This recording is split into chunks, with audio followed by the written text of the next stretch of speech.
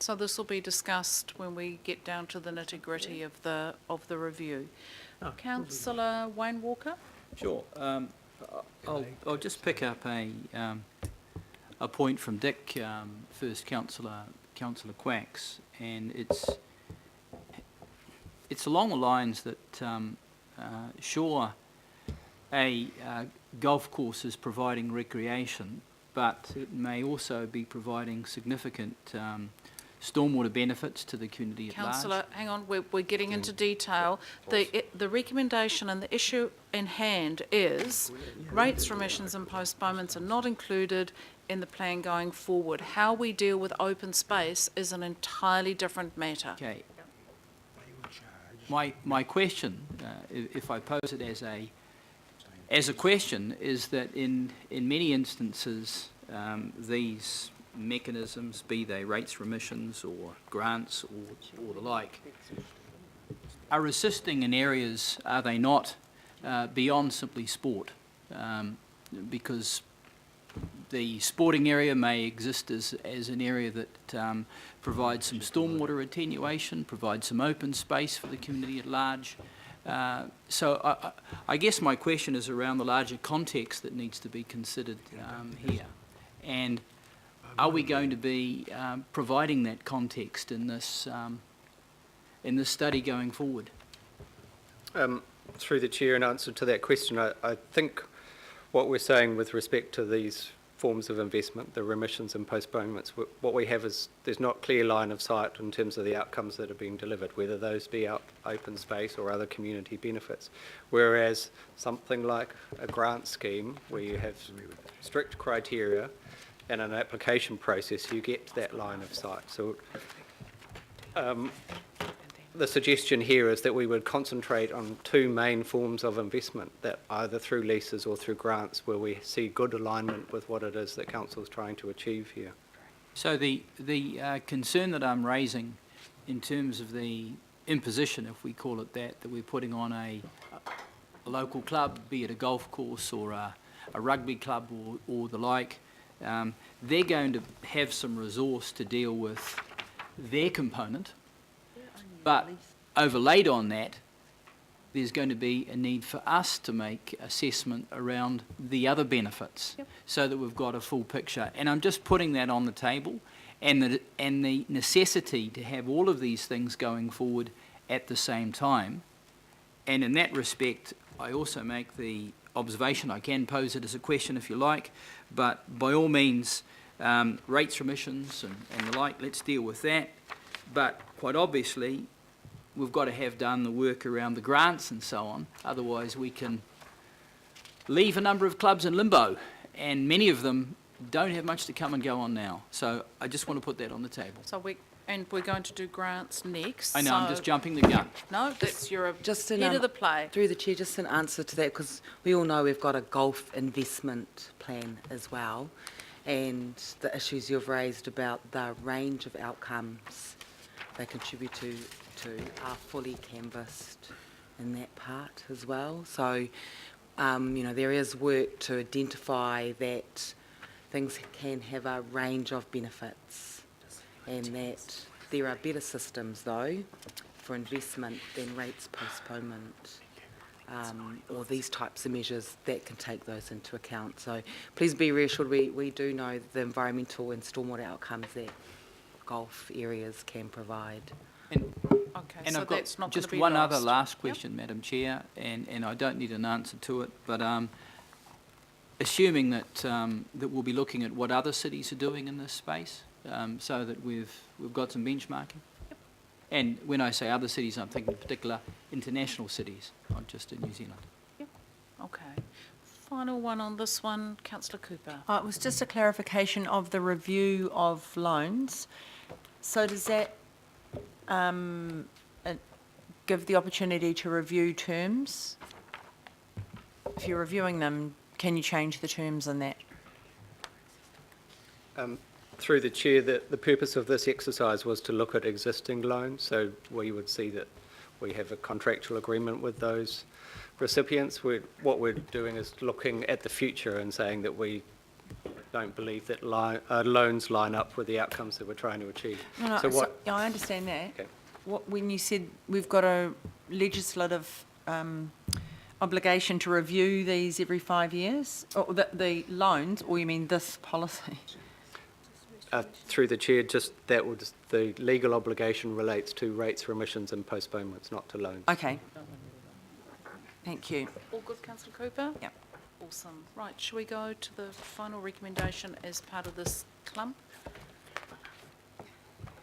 So the final one, which I think we've already touched on, really suggests that grants generally align well with the investment principles, particularly ones where there are established outcomes and priorities, reporting and monitoring mechanisms built into it.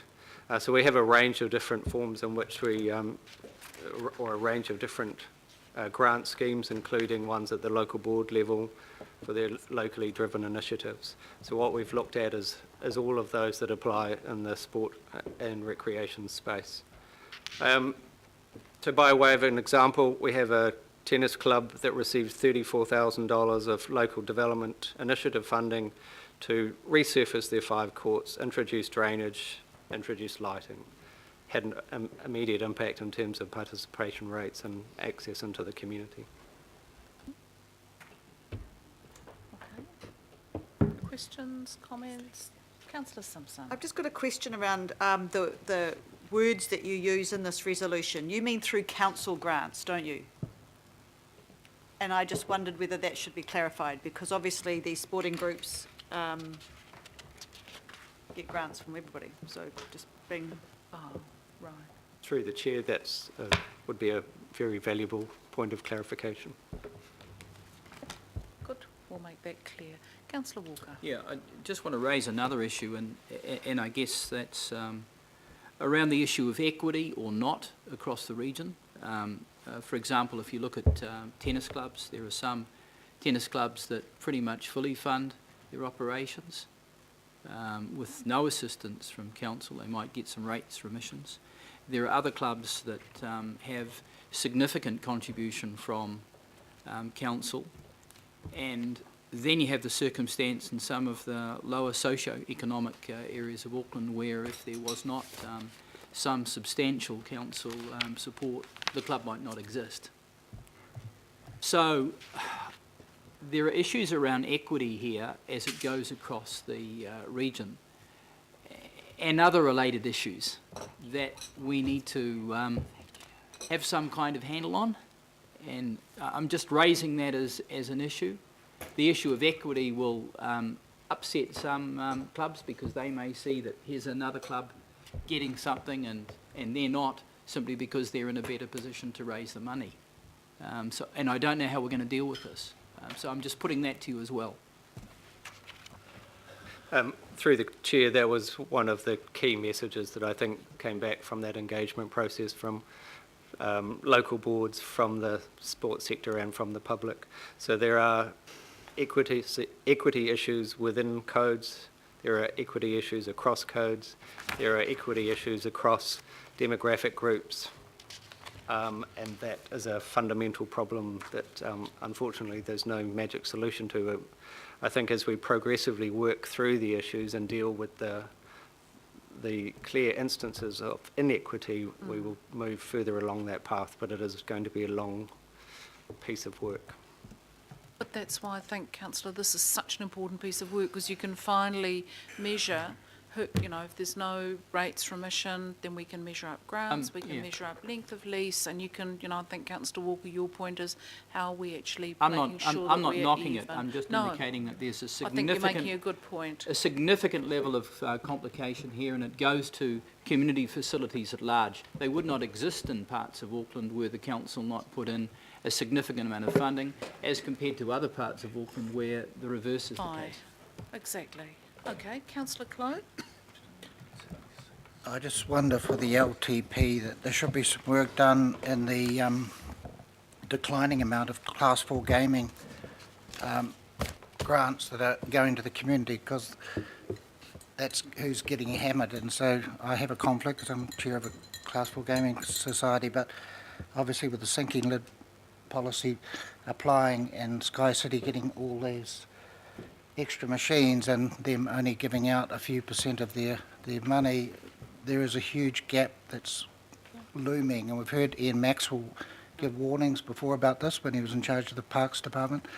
So that's just something that we may have to face the reality of that. Someone's going to have to step in there, and it's basically Foundation North, a few other private ones, and then that's it. But they're all declining a bit, so... It's not just sport, it's the other groups as well. Certainly is Yes, something we need it's to arts, bear in yep. mind. Indeed. Okay, so people are comfortable and clear about this recommendation? Sorry, excuse me, Madam Chair, you're going to add council grants in there? Just down the road. Yes, just to make it absolutely clear. Yep, Oh, it's difficult. made through council grant. Right, next steps. So the next steps are we're reporting back to the committee with the suggestion around a monitoring tool and framework so that we can see the outcomes generated by these investments. Proposal is going to be to pilot it using one of our better grant schemes that have some established criteria. We'll bring a paper back to the committee looking at current revenue sources and some of the quantums involved there, which potentially will address some of the issues raised by Councillor Clow. Then come back with a draft investment plan and the implementation guide, go up for public consultation, and as I said earlier, come back to this committee with a final plan for adoption. Fantastic. So I'm happy to move the recommendations. Councillor Filipina, you're happy to second, and we're clear that A contains the recommendations that we've just gone through. Just before I put that, I want to really acknowledge the staff for this piece of work, which I think is complex, but the way that it's been presented and the way that it's been worked through, I think is absolutely superb, and I want to acknowledge the work that's gone into the preparation of that. So everyone's comfortable moving to the recommendations? I'll put those. All in favour, please say aye. Madam Chair. Oh, councillor Well, Griggs? Madam Chair, I just wanted to ask some further questions from the staff around the rates remission, but it's too late now because the vote's been Well, taken. I- So I'm going to have to have my vote against that, recorded against the rates remission. Just against rates remission. We'll make that a note, councillor Quacks. And Yeah, I'm abstaining. and you're abstaining. Okay. Just the rates remission. Just the part. rates remission, so that I think was number 3 of the breakdown, 3 or 4 of the subset. Okay, we'll make notes of those. So that's aye. All those against?